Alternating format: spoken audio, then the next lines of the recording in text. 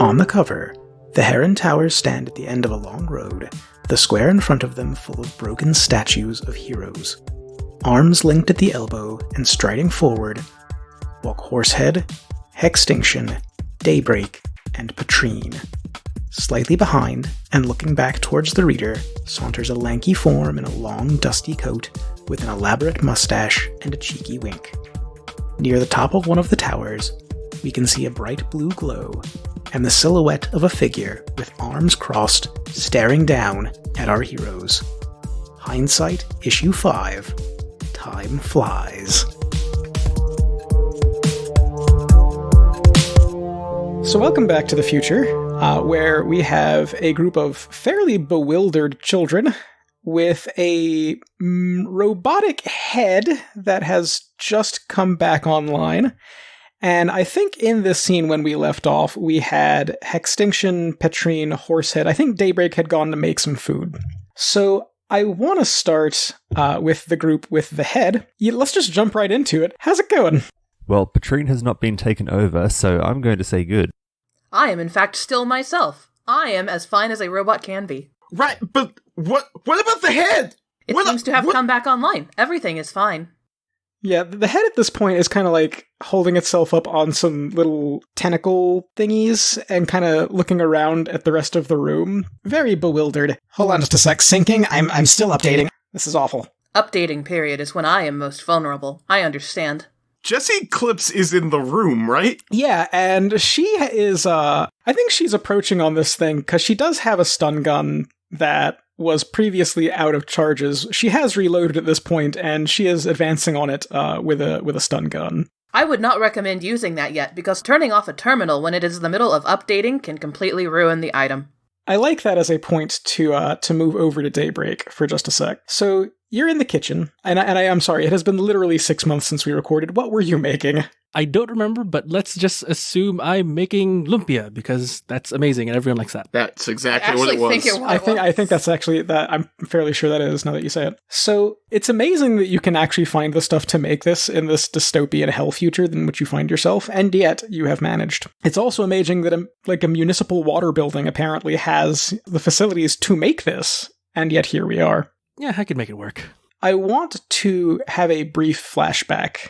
You're not from here, and we briefly touched on that last time, but I want to expand on that a little bit. Where are you from? Daybreak is from the early 90s, late 80s, so a time before technology and stuff like that. Technology was not invented until 94. Oh, yeah. That hurts me. Way past, way before the modern world. Like at the switch between the silver and the bronze, I think is where I wanted him to be. Like early bronze sounds about right. And how did you come to be a hero? So Daybreak has always had powers. He's, I think they're called fragments in Apex City. So he's always had powers. He's always wanted to be a hero. And his family has been all in with this as well. My immediate family all know that I was trying to be a hero. And then my first big bad guy was Cybersource Hex. So that was fun. So that moment when Hex showed up over Tezuka Square, what were you doing at the time? Because this was a very sudden thing. Let's go with I was coming back from grocery shopping.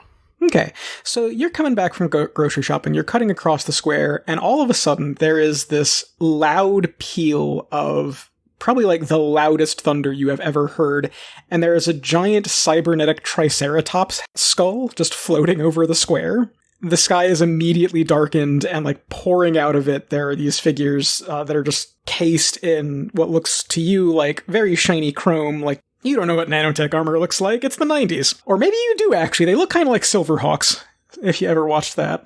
Okay, yeah. Definitely would have been into cartoons. And so how did Daybreak respond to this? So I think he responds by flinging one of his bags of groceries, and like as I'm assuming the big giant skull turns towards me, I'm putting on my mask and, hey, what's the big idea? We get a couple of panels of you, and as soon as you are facing it, there is a much larger figure in front of you, and this is you have seen Hex before, because Hex is an old school villain, but this is a new version of Hex. The Hex you're used to is basically a magic time travel cowboy. The only reason you know it's him is because his face is the same and he's wearing a cowboy hat, but from there down, he is cased in cybernetic armor. He has this big reptilian mandible-like attachment kind of thing, and he bats you aside like nothing. And how do you respond to that?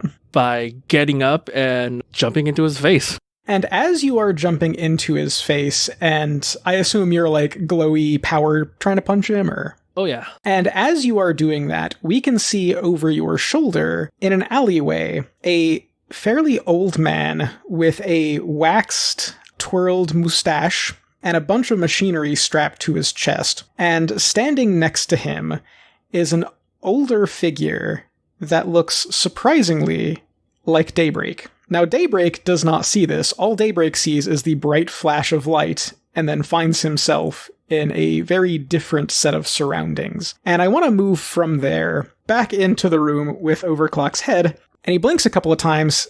Wait, I have been offline for nearly 50 years. Okay, somebody want to explain what the hell's going on? This is not 2067. I'm just having a bug, right? That's what's going on? I'm afraid not. If you'd like, I could connect to your database and release all the information that you would need for you. Don't do that. Don't do that, Petrine.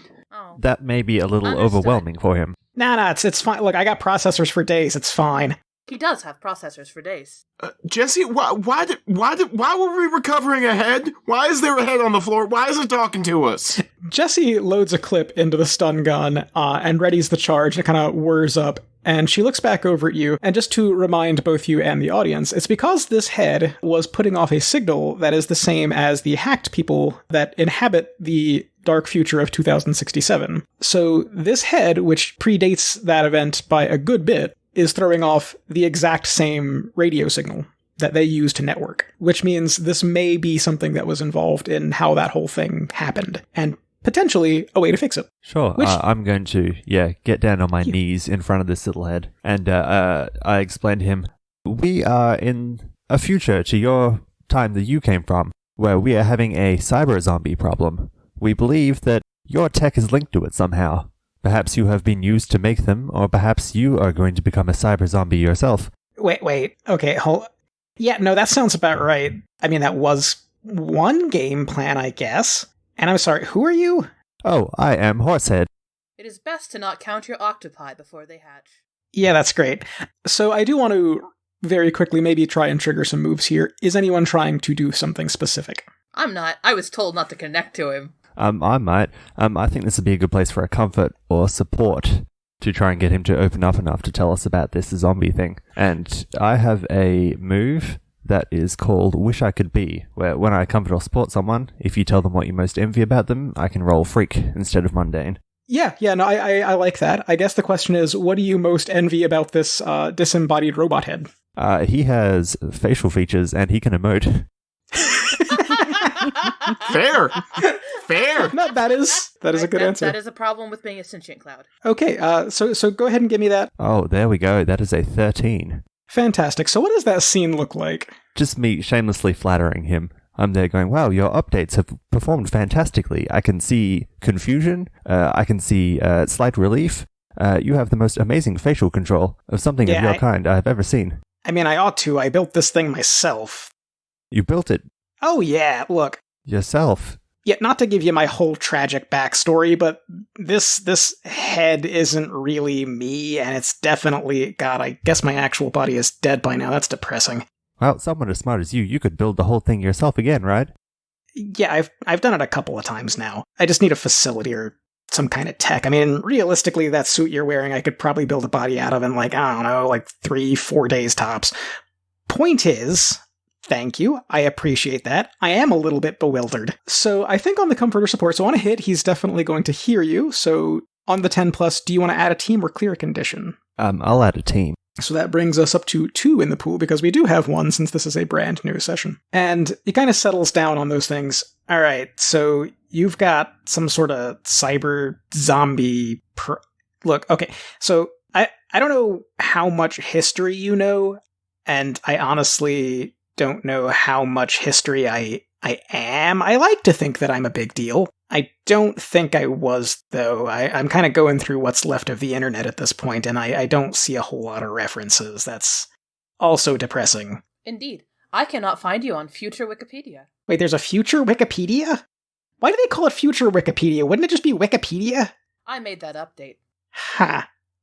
Yeah, look, point is, I wasn't exactly what you call a great person, by which I mean, as a side effect of this body in which I find myself, I can hijack people through any implanted technology they might have, like, like a pacemaker. So, yeah, I got some expertise. You will have a very easy time right now. Yeah, I'm getting that. Okay, so here's the thing, right? Like, if you got a bunch of these people, it means that they've got some kind of tech inside them. Like, I can't do jack shit if you ain't got any implants.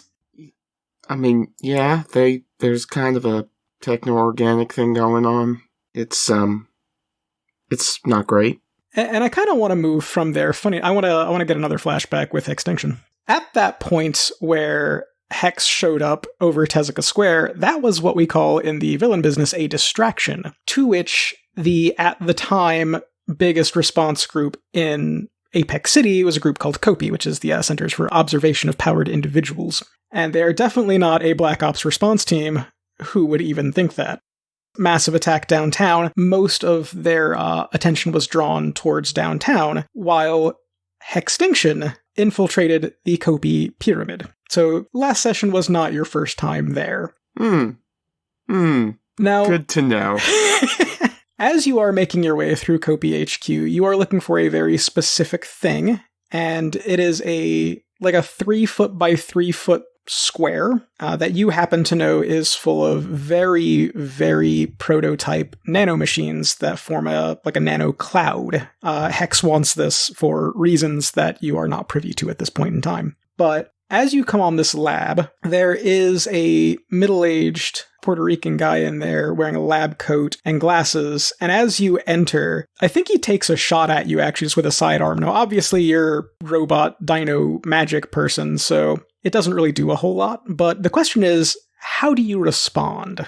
Probably just immediately acting on instinct, like, low to the ground, legs transform into, speeding raptor legs, arm extends into a, vicious claw, and just, ram the arm into this man and drive him into the wall. Yeah, and we see him pass out pretty much immediately. He is in no way able to withstand that sort of thing. And he is, still hanging on to your arm as he is passing out. We get a couple of panels of Hextinction taking this nano cloud, and then we move back over to where Overclock has just told the groups of you that they would need to have some sort of technology inside them. And I assume you're putting 2 and 2 together at this point. Yeah, can I mark guilty? You sure can. Cool. So I think at this point is when Daybreak gets back with the Lumpia, because that seems like a good time for people to have a snack. So, can you eat? You don't really have here, have some. And I'm trying to stuff Lumpia in Overclock's face. Yeah, he just kind of closes his mouth at you. It's delicious.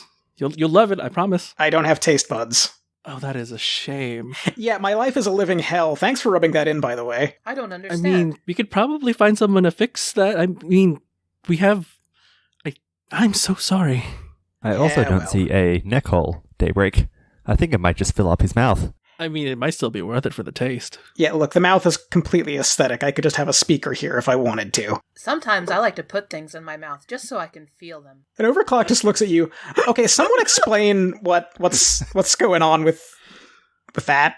Gonna be honest, I hooked into it, and I kind of vaguely remember the reboot sequence. And that is just... What is that? I am an Android database designed to serve Hextinction right now. No.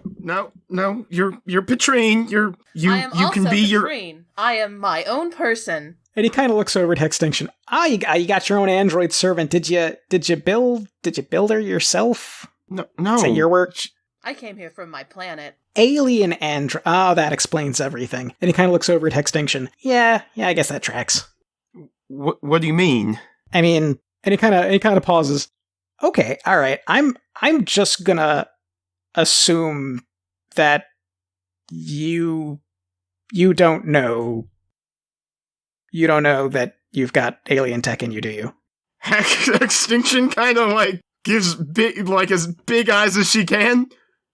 No? Wait, how do you know? Tech genius. Look, I can pick up Wi-Fi, and at the moment I'm kind of boosting on yours, and signals are different, right? So like there's a lot of ways to get around a wireless signal, but like wavelengths are a thing, and so there's ones that are commonly used here, but then there's ones that are not, and you are not the first alien I have come across. I mean, not that you are, just that some of the signals you're throwing off are. So Hextinction's like an alien cell phone? Yeah, I mean, I guess you could say that. Where's the antenna? More like built from. Oh, okay. Look, not important. You got a bunch of, clock, zombie, cyber... what do you call these things? People, they're people. Do we have a name for them? I feel like drones would be a solid slang for that. Like, unless anyone has other ideas. Well, yeah, we're playing by zombie rules where you cannot call them zombies.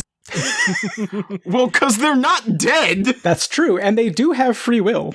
Sometimes. Yeah, so I think drones is good. Alright, so look, I've kind of been updating and, like I said, perusing your modern day what's left of the internet, and I've been looking in on these signals because, as you said, they kind of seem like mine, and that has me curious. I think I might be able to help you. My signal can be turned off. Misery does acquaint a man with strange bedfellows, as said in Electricity Kills by author Zigzag Warpingshan on 428 paragraph C. Yeah, cool, great. All you gotta do is get me somewhere real high. I could throw you. Yeah, no, I'm gonna need to be there for a minute. I could keep throwing you. Let's call that a solid plan B. In this dystopian future, how many high-rise buildings still remained intact? We did kind of destroy one.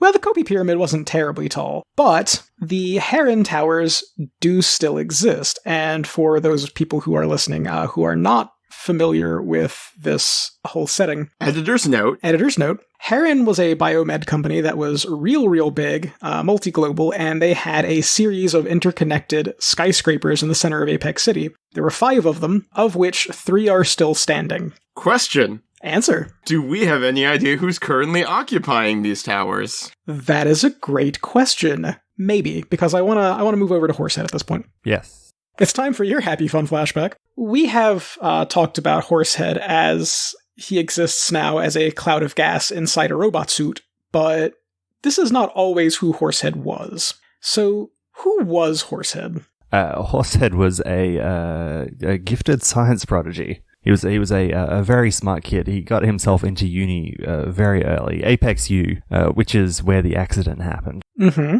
Apex U is one of the few things that is still intact and functional to this day, because it is near a neighborhood called Claremont, which is one of the only places in Apex City that is still more or less habitable. It's contained inside a shining golden dome that is patrolled pretty heavily, and inside that dome the sky is blue, there's none of the gray dust that floats around. It is very, very nice. So this is where Horsehead was most likely raised, where he is from, and tell us just a little bit about his family life. Oh. I'm asking the hard questions. Yeah, you are. We're playing to find out what happens. He had a good family life. I think he's also related to Daybreak. Yeah, I think there was something about that. Right, you're my uncle. In my future, I become your uncle. Yeah, it was kind of like an idyllic family life interspersed with these weird moments of where, like, Nightfall would come out to this little town to visit. Yeah, and that makes sense because Nightfall actually lives in Claremont. That's where the base of operations for his little section of this regime is. So, almost immediately after this accident, once you have been contained in your suit, and you are, not like immediately, but very soon after, while you were still kind of in quarantine and figuring out how to be, Nightfall came for a visit. And what kind of state was Horsehead in at that point? Gaseous. But more personality-wise. Very distressed. I think the fact was, like, at that time he was still struggling to, like, at the moment he just, like, lifts his suit up from the inside. Like, he just wasn't capable of doing that. He was passing through everything. And so he was just like this scattered cloud and very terrified. And so we see Nightfall come in and pull up a chair and have a seat. And he actually reaches a hand out, and as he does, the shadows in the room coalesce around it, and he puts it on your shoulder, and this is probably the first time you have felt a touch since you turned into a gas. Yeah, this is shocking. And he looks at you with concern and goes, How are you holding up? Is everything okay? Things are not okay, Nightfall. You must know someone with powers like this that could do something for me or teach me to use it, or... Yeah, but, I mean, I think you know these days there's not a whole lot of people with powers outside the regime, so... Nightfall, I can't take my college entrance exam if I can't lift a pen. Look, we're working on that. We're gonna get you set up. It's okay. In the meantime, I just want you to know that when you do get yourself sorted out, and when you adjust, and trust me, you will adjust. I had a scary time as a kid, too. You're gonna have a place in this regime. You're gonna have support. You're not gonna be alone. That's a little chilling. Like, Jory's, known about the regime. He knows Nightfall's involved with it, but he's been uncomfortable with that aspect, and he's now just realizing that the way he is now, getting support might mean tying himself to this regime. And we see him stand up and kind of pace back and forth for a second and look back over at you. I understand this life isn't what you wanted, but it's what you got now, and my best advice to you is to lean into it. Don't spend too much time worrying about trying to go backwards, because, trust me, there's no going back. Sometimes the world just changes, and if you don't change with it, you'll just fall off, and you can't have that. Is that what happened to you, Nightfall? The world just changed for you? And he stops for a moment, and he looks back over. Yeah, everything changed. He kind of claps you on the shoulder again. It's still weird that he can actually touch you in your gas form. I'll be back in a day or two, but just think about it. And he sees himself out. And we come back to the present. And one thing you know is that Nightfall does make regular excursions outside of Claremont, and that a lot of times he heads off in the direction of that downtown where the Heron Towers are. So it's not outside the realm of possibility that he might be going there on a regular basis. I say to the others, look, Heron Towers are very tall. They'd be a perfect pick for what we need, but we may encounter villains around there. Specifically, and he looks at Daybreak kind of guiltily, specifically Daybreak-adjacent villains. Wait, I don't have villains yet.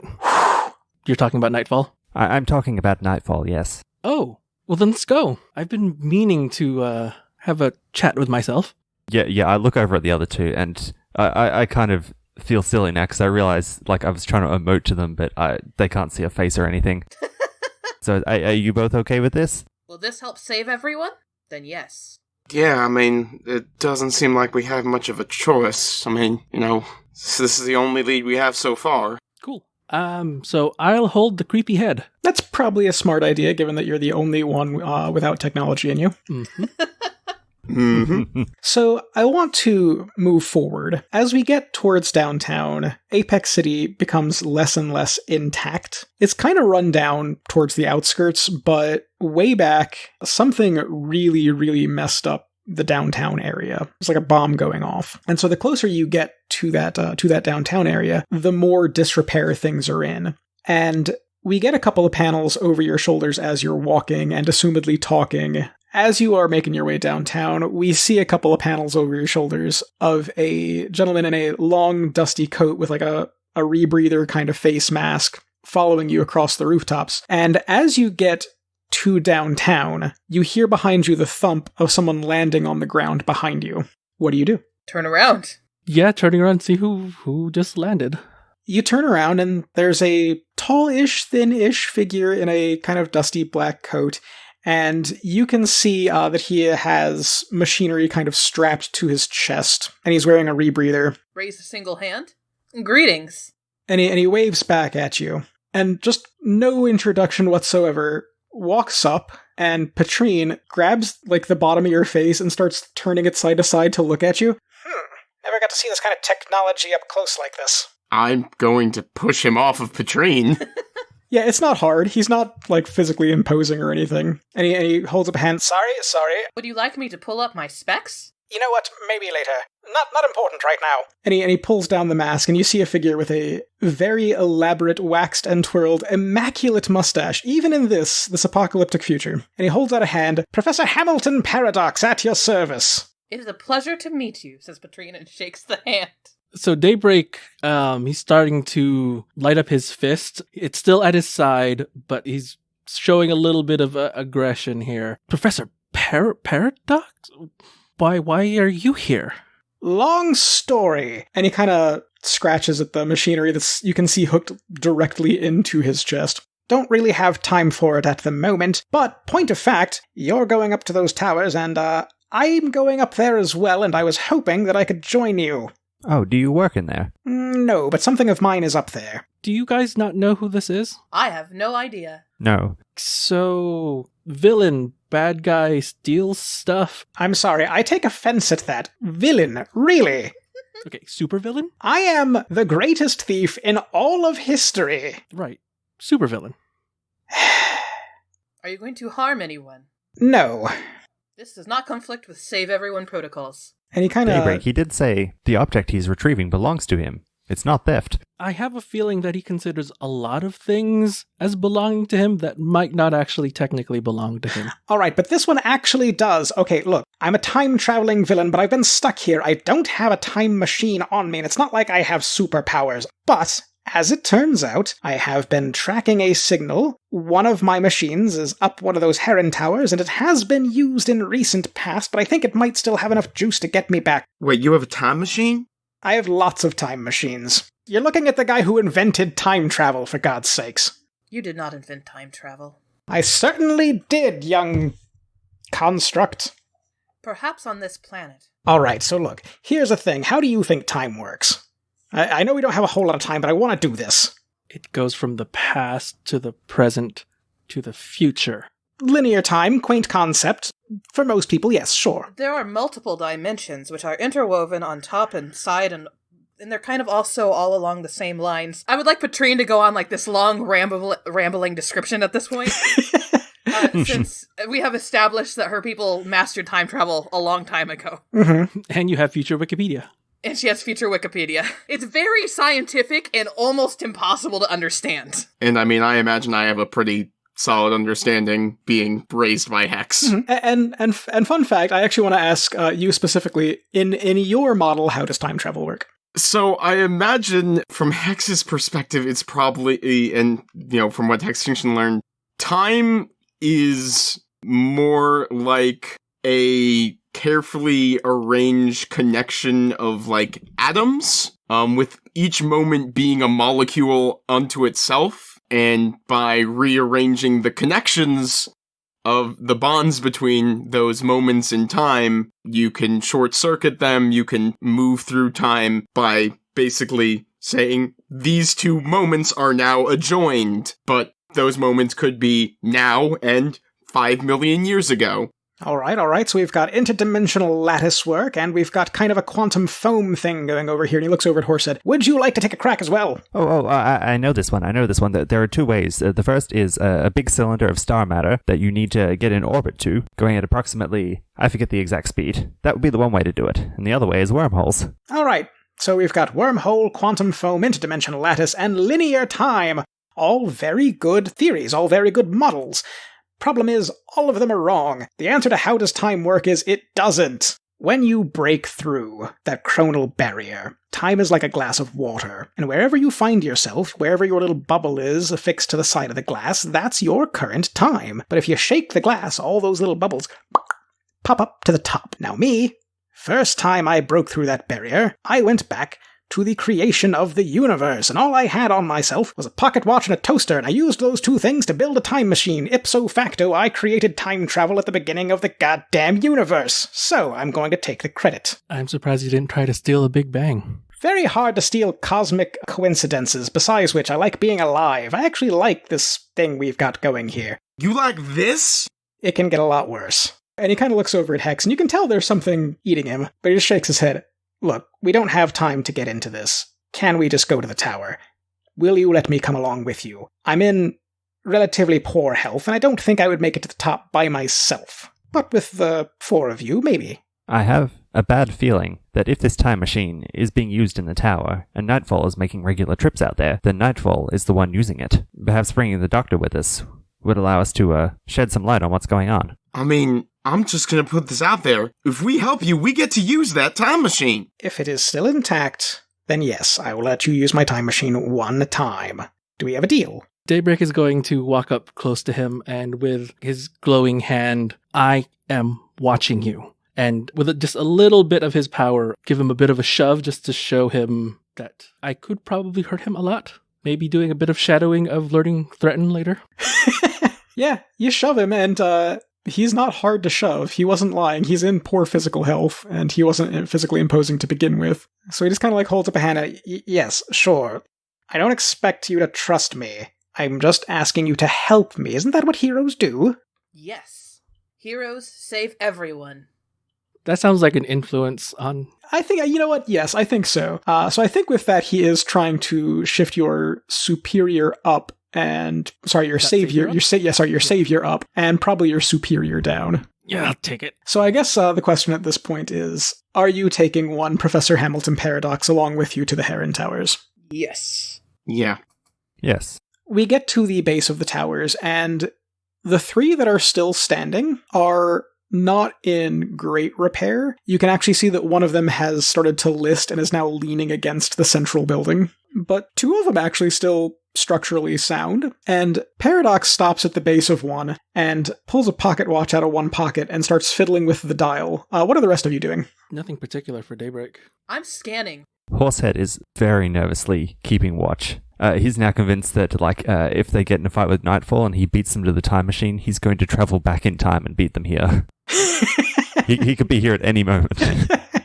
So we've got Petrine and Horsehead both kind of scanning around. I'm looking for other technological signals that are coming from nearby. And before we get to these potential moves that have just triggered Hextinction. I think it's a similar thing. We're arrived at a location, try and figure out what's going on. If you would go ahead and assess the situation. All right. Hot damn. That's an 11, folks. Fantastic. So you get 2 questions off that list. What would you like to know? What here is the biggest threat? You do see kind of moving around the towers, and definitely doesn't know that you're here yet, but you see a human form that is skirting around on these big shadowy tendrils. There is definitely somebody up there. They are definitely keeping watch for something, but they do not know that you are here yet. And I think you would recognize Nightfall, so yeah, it's Nightfall. Lovely. What here can I use to get into the tower? The towers are not terribly hard to get into. Are you looking for a way to get in maybe like unnoticed or stealthily or... Yeah, that would be the ideal way. Sure. Like any good biomed company, there were loading docks, and most of those have been looted long since, so those doors are just non-existent. The main entryways that foot traffic would come through look like they have been reinforced fairly recently, but they just haven't gotten all the way around the buildings yet. So you could probably go through the loading docks. Might be a little easier. Yeah, Hextinction's gonna turn to Daybreak and says, "Are you okay putting off your chat with yourself for a bit? Because I think it's better if we, don't immediately get his attention." Fine, but if he shows up, he's mine. Yeah, I mean, I got that. And the other thing I actually wanted to trigger is from Petrine, since you are looking for signals or, technological stuff. That does sound to me like an unleash your powers. So you are extending your senses. At 12. On a hit, you do the thing. Tell me what that looks like on the page. Like, what does this actually look like? So what everyone, and probably what everybody else around us sees, is Petrine kind of moves her head slowly up the building in front of us, the Heron Towers. And as she does, her totally normal human skin, don't worry about it, suddenly it lights up with like a flicker of green, and it rushes up, kind of like it's following kind of misplaced veins up to her eyes, and they kind of flash green for a moment, and we see kind of, and it looks just like something scanning up on the page. It starts low, and then we have 3 panels where it's slowly getting higher. And towards the top, not actually the center building, but towards the top of the offset tower, which is like southeast of that, there is a pretty strong energy reading that you recognize as a chronal signature. So there is, in fact, a time machine up there. Your time machine is nearly to the top, Professor. And he flips the watch closed and sticks it back in his pocket. Yes, that's kind of what I was afraid of. I hate climbing stairs. I could throw you. No, look, my bones are brittle. No one ever takes me up on that. Would you like to be piggybacked? somehow that seems more demeaning. It's fine. I'll just take the aches. It'll be all right. I am a robot. Good for you. Wow, okay. Well, our best bet's probably getting in through those loading docks. Doesn't look like they've made them defensible yet. Sounds like a plan to me. Paradox is definitely going to go along with it, so assuming there are no dissenting people who just want to storm the tower, we do not need to climb this tower in real time. You get fairly high up, you're just a few floors away from the top, and you can see out over the city, and everything below about the middle of this building is coated in this fine gray dust. Above this, it's actually quite nice. You can see the sky, which for some of you is the first time you've seen the sky in a very long time. So I do want to get a couple of panels. What are people doing? How are they reacting? You're very close to what is very likely a functional time machine, but also possibly nightfall. Daybreak is staring out the window at the blue sky and whatever the sun looks like now. Yeah, it's a little more dim. It's not as bright as it used to be, which is weird since it's only been 80 years since you left the early 90s.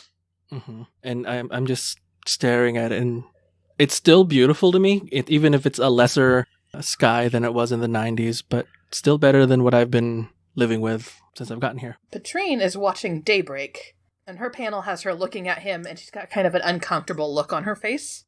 Kind of a rare emotion.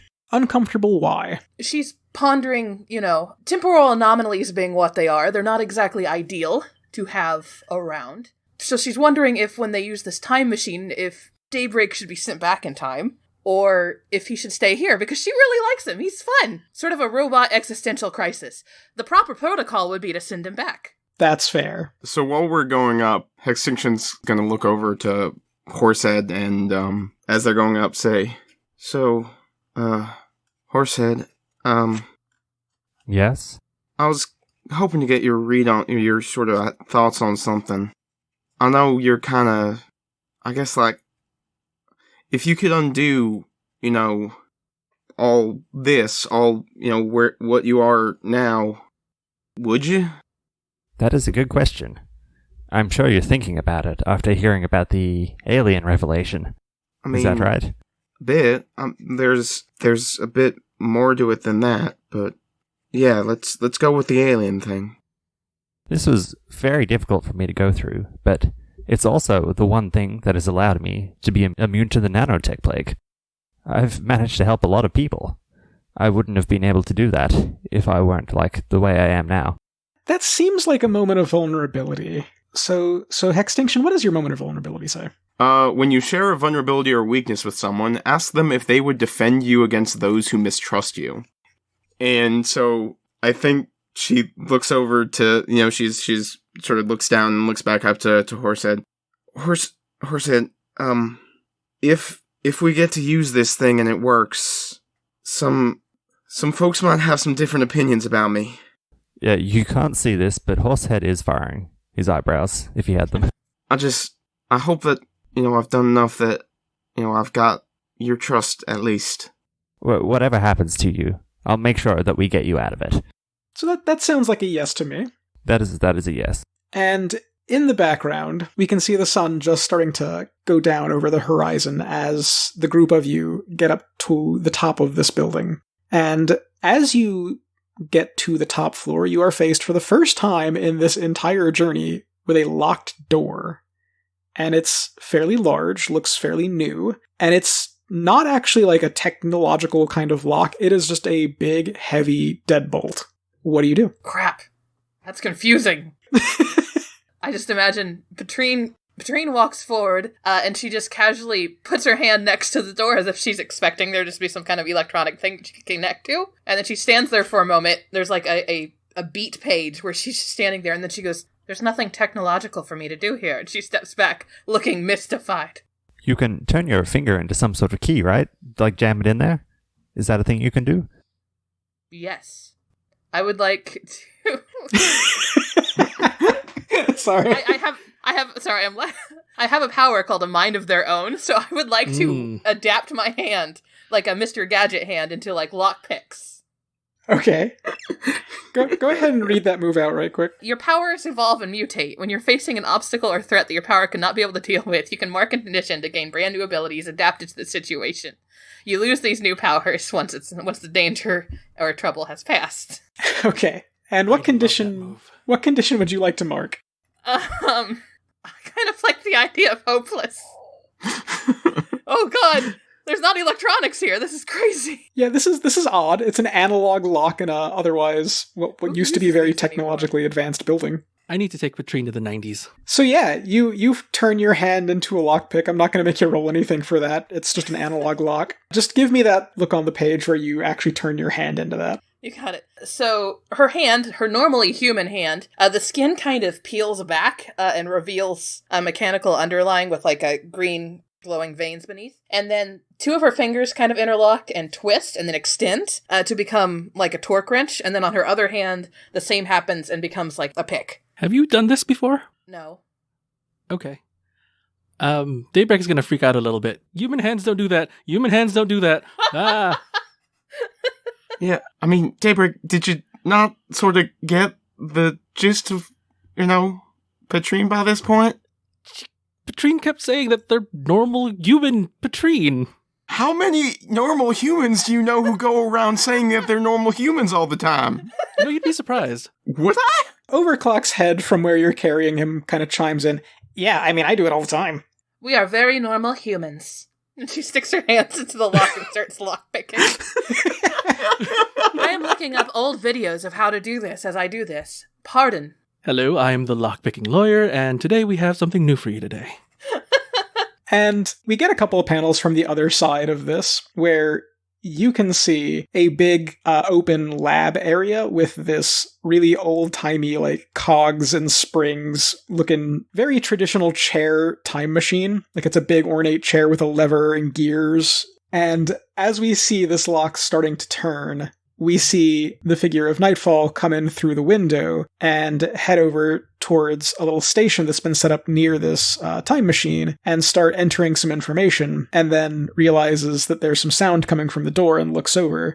And that's about the time the door opens.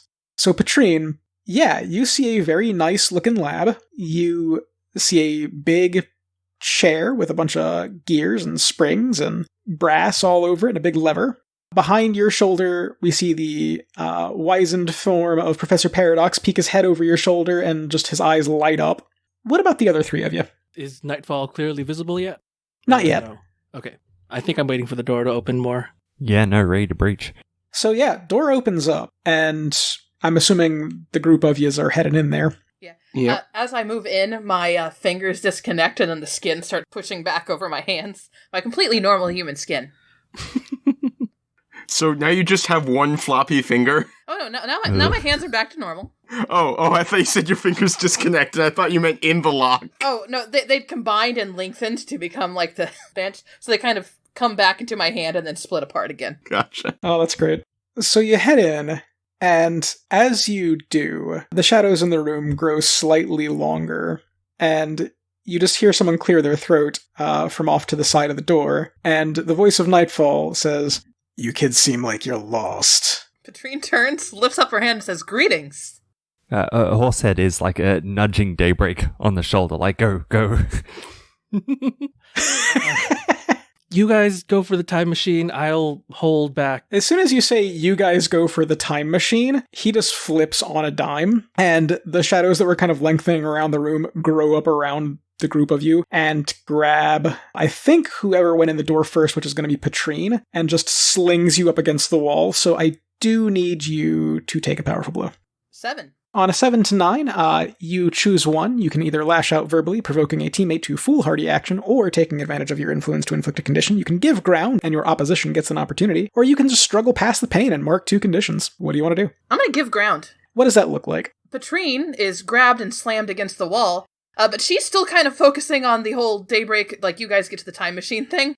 And she's like, "Daybreak, you go to the time machine." And when she gives ground, what she does, she kind of cracks the wall a little, which kind of causes it to buckle and kind of start sending some things down on her teammates, which Nightfall can kind of use. She is very heavy and weighty. Yeah, no, I like that. It kind of crumbles a little bit of the room, makes it a little bit harder for your teammates to maneuver towards this time machine. Paradox at this point has ducked back behind the door and is peering out of it and kind of like holding up, a hand at you, like, go kids.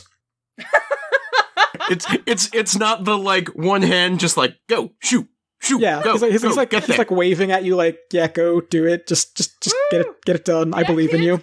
All he needs is like a martini, and he's just standing aside. Yeah, you can do it, kids. I think the opportunity that Nightfall is going to take is because you specifically called out Daybreak to go to the machine. One last wave of shadows pushes you up against the wall, and then he is on Nightfall and has grabbed him by the front of his costume and just lifted him physically up off the ground. Nightfall has Daybreak? Sorry, Nightfall lifts Daybreak up off the ground, and he leans in kind of close to look at your face. What do you think you're playing at?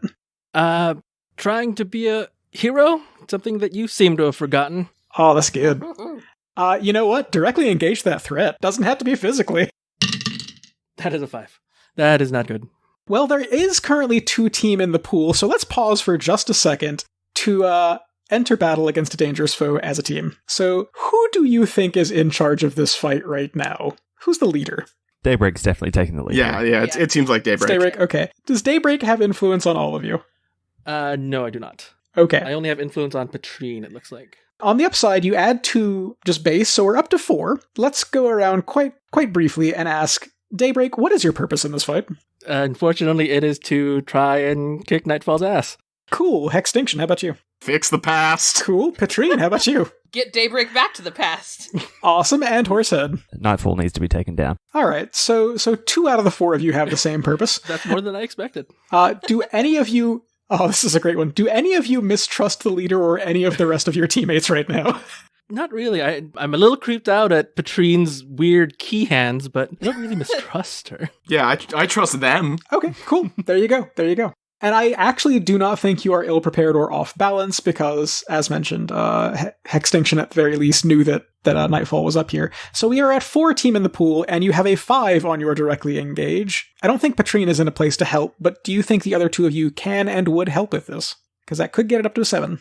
Yeah, okay, I'll help with that. Basically, like, he's using a lot of effort controlling his shadows everywhere. Like, he's, holding up Petrine while he's also, holding Daybreak over here. So, he's stretching himself kind of thin, so I'm going to, try and disrupt that. Okay. How are you going to do that? Well, I know for a fact that from the flashback, his light powers, physically interacted with me. Yes. I know that he is one of the few things that I can physically interact with, unlike any other object. So, I unscrew my boot, and I'm, sticking my gas into his shadows and trying to disperse it like that. I'm just picturing you unscrewing your boot off while this fight is going on. There's, a little valve. Hextinction. We get, a sort of reflection of the takedown that she did against that poor scientist, except this time rather than claws outstretched, it's just her arm turns into a big brontosaurus hoof. Oh, I love that. All right, Daybreak, pick one thing off that list. What do you want to do? Okay, so I know what I want to do. So this might be either a take something away or an impress, depending on how you want to interpret it, but I want to, using my own light against his shadow tendrils and get them to fizzle out, light against shadows. What is the upshot of this? Are you just trying to get rid of his shadows for a second, or what's the... I think I want to show him that I'm a threat, that I'm not just someone cosplaying him, basically. Okay. I think that would be an impress, surprise, or frighten, and I think that would be more of a surprise than anything, because he was not expecting that. So you light flash at him, and he blinks, and that puts him off balance enough for Hextinction to kind of Bronto hoof him, and Horsehead to disrupt his shadow, so Petrine kind of falls back down to the ground. Now, the thing you did not do was resist or avoid his blows. Nope. As he recovers from this Bronto hoofing, he shakes his head, and he just stares daggers at you. Oh, God damn it. And I think at that point, he just physically charges and tries to tackle you through a window. And keeping in mind, you are in a skyscraper, so I am going to need you to take a powerful blow. Let's see how my cursed dice treat me. That is a 7. All right. So yeah, he hits you, and depending on what you choose here, we will determine how that goes. What do you want to choose? I'm going to choose to lash out verbally. I'm going to take advantage of my influence on Petrine and tell her to go for the time machine. Now, are you trying to provoke a teammate to foolhardy action or inflict a condition? I think I'm going to be inflicting a condition here. Something along the lines of, what are you doing? Go for the time machine. Insecure might be good in that case. Now, it is worth mentioning something that has been pointed out fairly recently on the twitter.com that I was not aware of. You can try and reject influence when someone uses it to inflict a condition. So, Petrine, do you want to reject Daybreak's influence? Or do you just want to take that? Let's try. Now, are you insecure right now? Not until I take this condition. Okay, so it's just a flat roll then. 9. Okay, so on a 7 to 9, you can choose one. So you're not going to mark that condition. You can instead clear a condition or mark potential by immediately acting to prove them wrong. You can shift one label up and one down, your choice, or you can cancel their influence and take +1 forward against them. So let's go with the cancel a condition and then immediately act to prove them wrong. Okay, so you're going to clear your condition, and then how are you immediately acting to prove Daybreak wrong? To prove Daybreak wrong, I don't need to go for that. I've got super durability and strength here, so I'm going to dash forward, grab a hold of Nightfall, and yoink him back before he can tackle them through a window. Nice.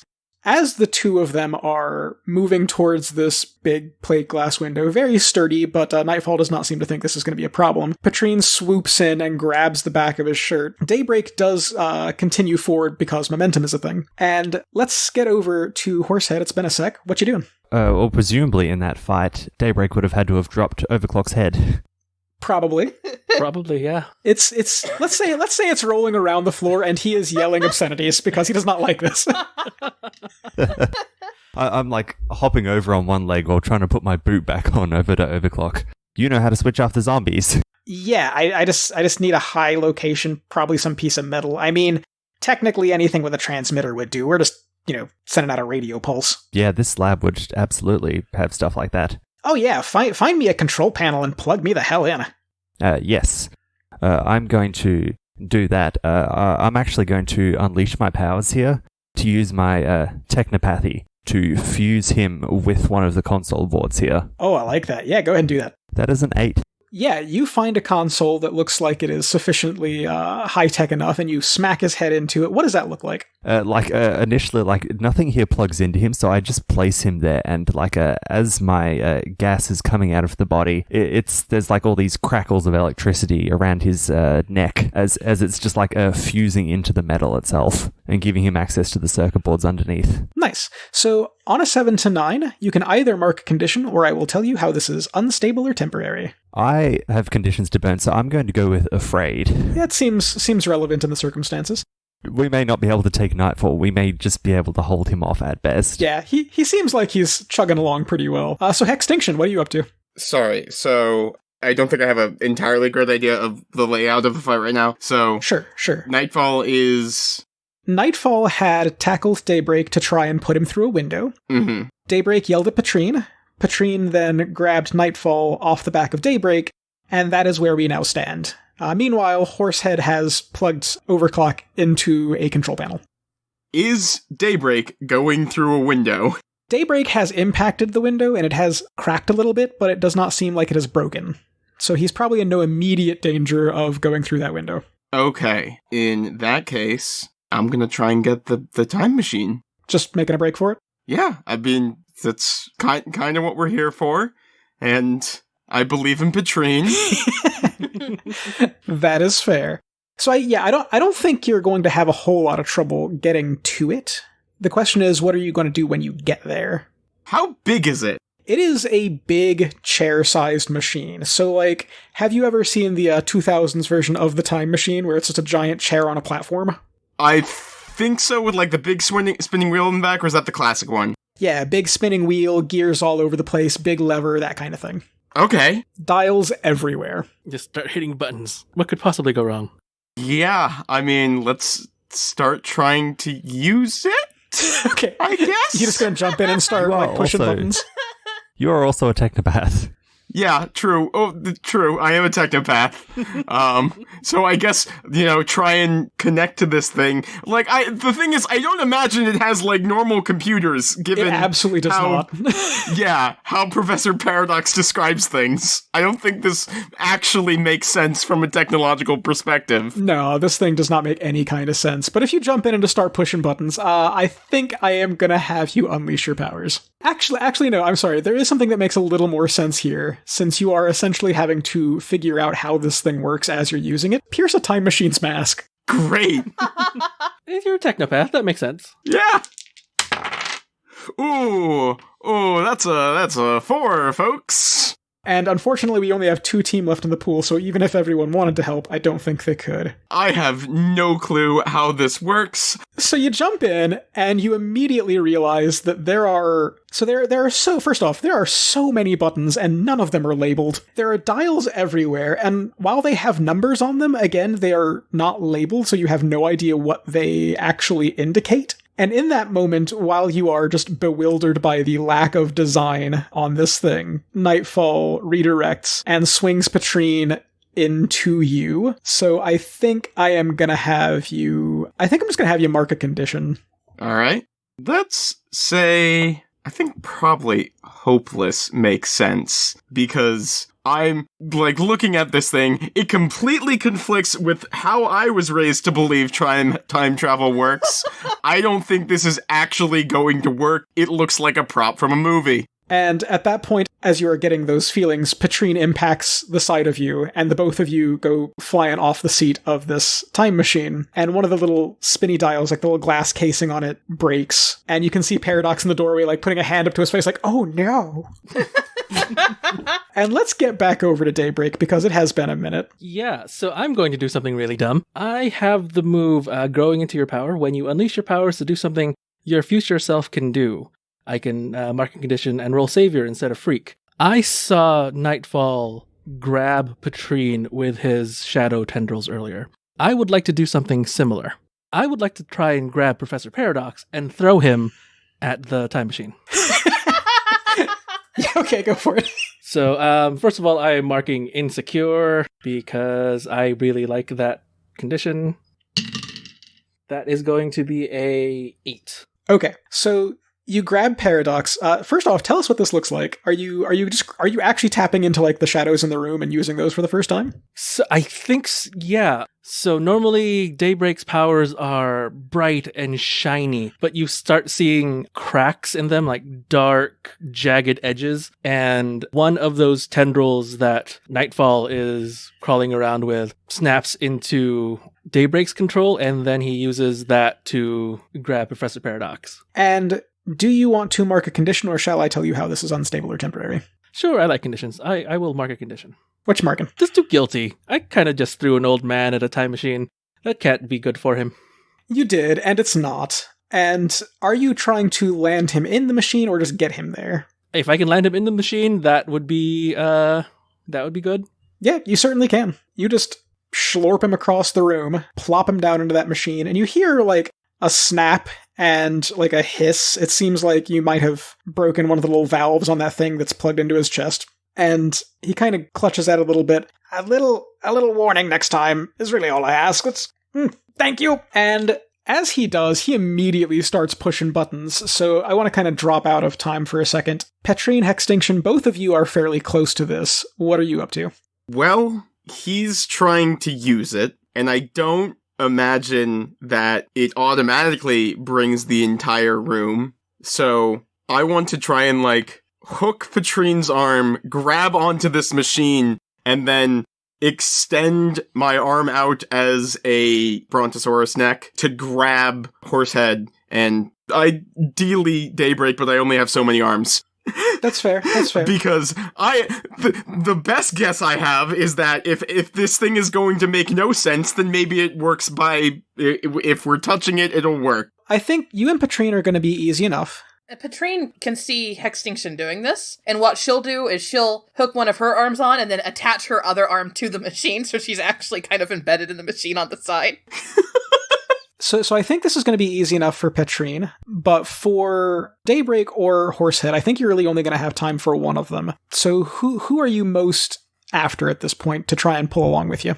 Oof. God, they're both such dramatic choices to leave Daybreak alone with Nightfall, or to take Daybreak away from the confrontation. Right? Damn it. Is this what my players feel like? All the time, every time. Yeah. It's gotta be Horsehead. What does that look like on the page? As this machine is, I imagine, like, doing weird lights and going all wild, we just see a 2-panel wide view of Daybreak engaged with Nightfall, and Hextinction's arms snaking out past them to grab onto Horsehead. And as they do, and you start reeling Horsehead back in, Paradox flips a dial and then grabs the lever, looks over at you. Well, I did tell you you'd get to use it one time. And he pulls the lever, and there is a flash of bright blue light, and we will see you next issue.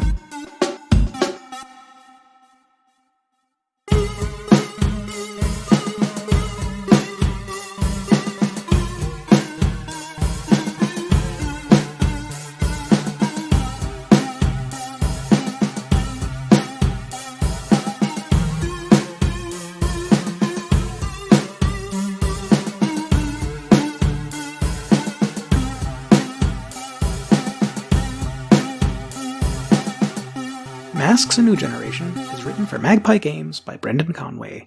It is made of expository flashbacks, tough decisions, and future selves. Abandon your teammate in the future to go back in time and buy it. Horsehead is played by Nick, GM of Real Fantasy Encounters. You can find him on Twitter at RFEncounters. Hextinction is played by Evan Saft, your friendly neighborhood GM on the Roll Out podcast. They can be found on Twitter at NamesEquipped or at Rollout Podcast. Petrine is played by Maq. She's a co-host of Crooked Russian Cam's podcasts, including Gem Jammer and I Will Fight You. You can find her at any of those, or at MacKenzie on Twitter. Daybreak is played by Erik. You can find him on Twitter at PrimeFactorX01, or listen to him play a silky smooth fae on the Shadows of St. Fleur podcast. Apex City is GM'd by Jeremy, who also writes the music and edits this podcast. Our album art was provided by Fitzsimmons. Find them on Instagram at Fitzonomy. Find us on Stitcher, iTunes, Spotify, or Drifting in the Quantum Foam. Follow us on Twitter at Apex City Cast. Thank you for listening, and we'll see you next issue.